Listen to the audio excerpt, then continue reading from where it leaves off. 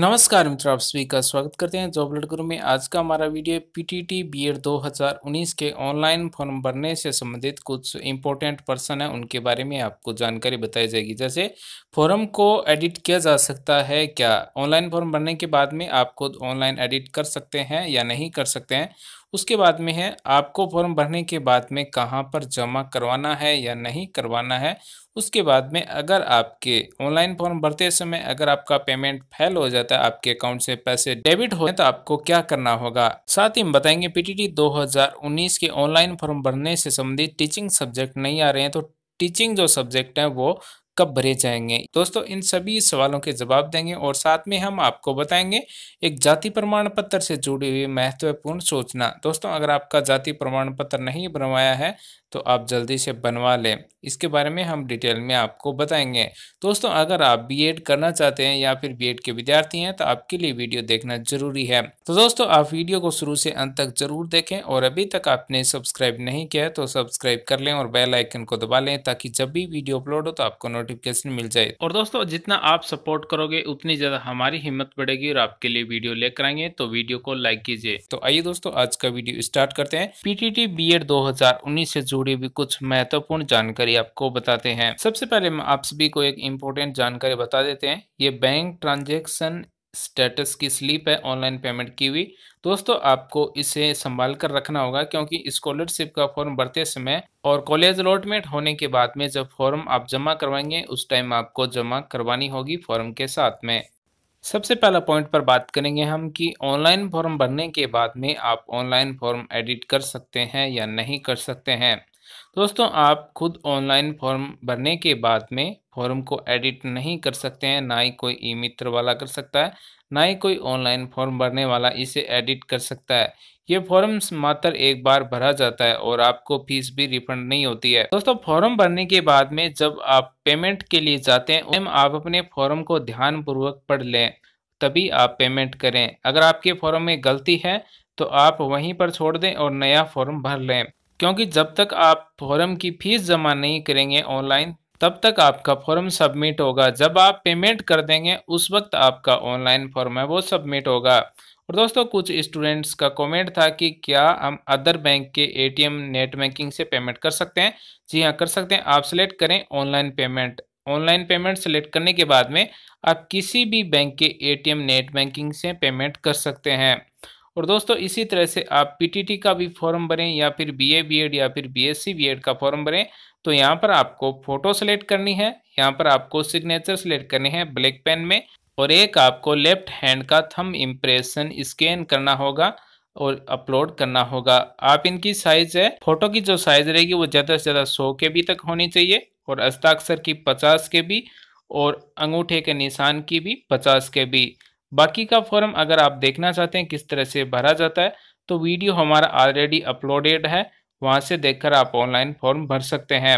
हम आपको इन 4-5 पॉइंट्स के बारे में गहनता से बताएंगे। तो सबसे पहले हम बात करेंगे ऑनलाइन फॉर्म भरने के बाद में क्या फॉर्म एडिट होता है। दोस्तों एडिट नहीं होता है।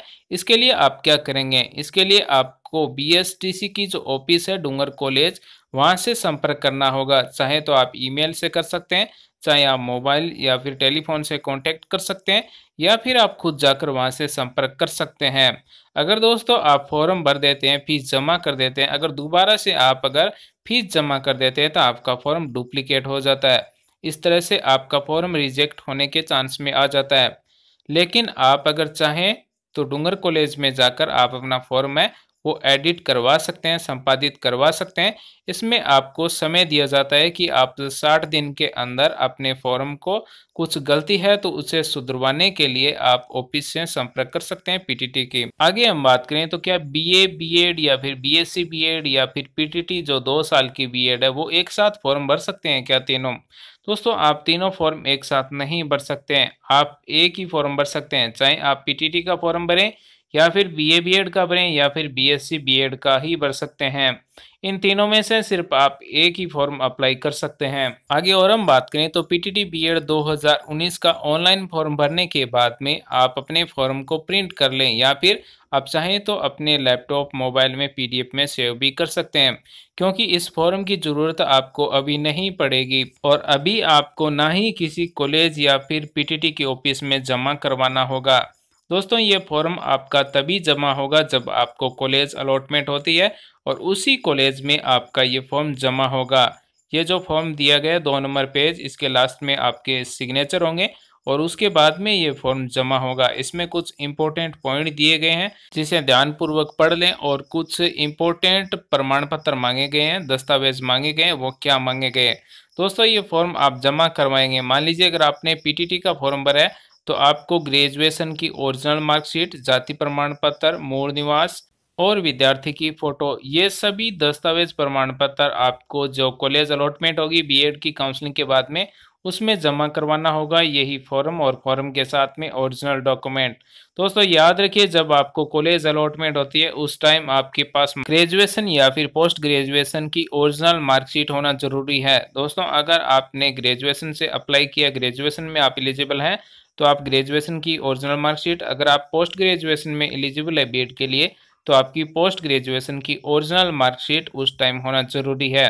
इंटरनेट कॉपी मान्य नहीं होगी या फिर अन्य किसी प्रकार का सर्टिफिकेट मान्य नहीं होगा, आपके पास ओरिजिनल मार्कशीट होना जरूरी है।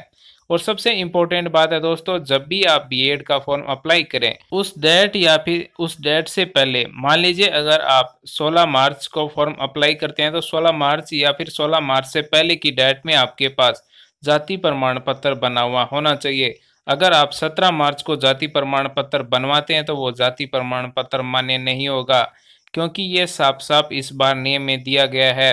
अगर आपका जाति प्रमाण पत्र पुराना है और अगर आप नॉन क्रीमिलियर हैं तो आप एक एफिडेविट लगा सकते हैं, उसके बाद में आपका जाति प्रमाण पत्र 3 साल तक मान्य हो जाता है। और पीटीटी बीएड 2019 का फॉर्म ग्रेजुएशन या फिर पोस्ट ग्रेजुएशन के अगर आप फाइनल में हैं तभी आप फॉर्म अप्लाई करें। मान लीजिए अगर आप ग्रेजुएशन के फर्स्ट ईयर में, सेकेंड ईयर में हैं तो आप फॉर्म अप्लाई नहीं कर सकते हैं।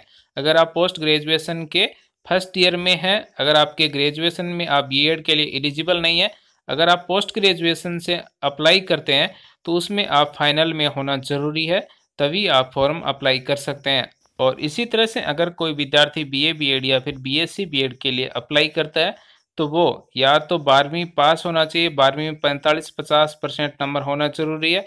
अन्यथा कोई विद्यार्थी 12वीं अपेयरिंग में है तो उसके पास रोल नंबर होना जरूरी है, क्योंकि ऑनलाइन फॉर्म भरेंगे उस टाइम आपके पास से रोल नंबर मांगे जाएंगे और ऑनलाइन फॉर्म भरते समय रोल नंबर डालना अनिवार्य होगा। और दोस्तों, आप सभी को एक बार दोबारा से बता देते हैं कि जब भी आप ऑनलाइन फॉर्म भरें तो जब आप ये चालान नंबर देख रहे हैं, चालान नंबर जनरेट हो जाते हैं, तब आप क्लिक करते हैं मेक पेमेंट। जब इस पर क्लिक करें तो उससे पहले आप चेक कर लें, इसे प्रिंट कर लें और चेक कर लें कि आपका नाम की स्पेलिंग, डेट ऑफ बर्थ, आपकी कैटेगरी, मोबाइल नंबर जो भी आपने दिए वो सही होना चाहिए। अगर सही नहीं है तो आप दोबारा से नए सिरे से दूसरा ऑनलाइन फॉर्म भर सकते हैं, कोई दिक्कत नहीं है। जब तक आप पेमेंट नहीं करते हैं तब तक आपका फॉर्म जमा नहीं होगा, सर्वर में ऐड नहीं होगा। पेमेंट करने के बाद में आप दोबारा फॉर्म भरेंगे तब आपका डुप्लीकेट हो सकता है और डुप्लीकेट की वजह से रिजेक्ट भी हो सकता है।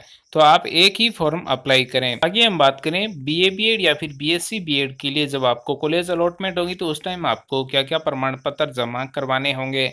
सीनियर सेकेंडरी की ओरिजिनल मार्कशीट, सेकेंडरी की ओरिजिनल मार्कशीट, जाति प्रमाण पत्र वही फॉर्म भरने की डेट से पहले का बना हुआ होना चाहिए जनरल को छोड़कर।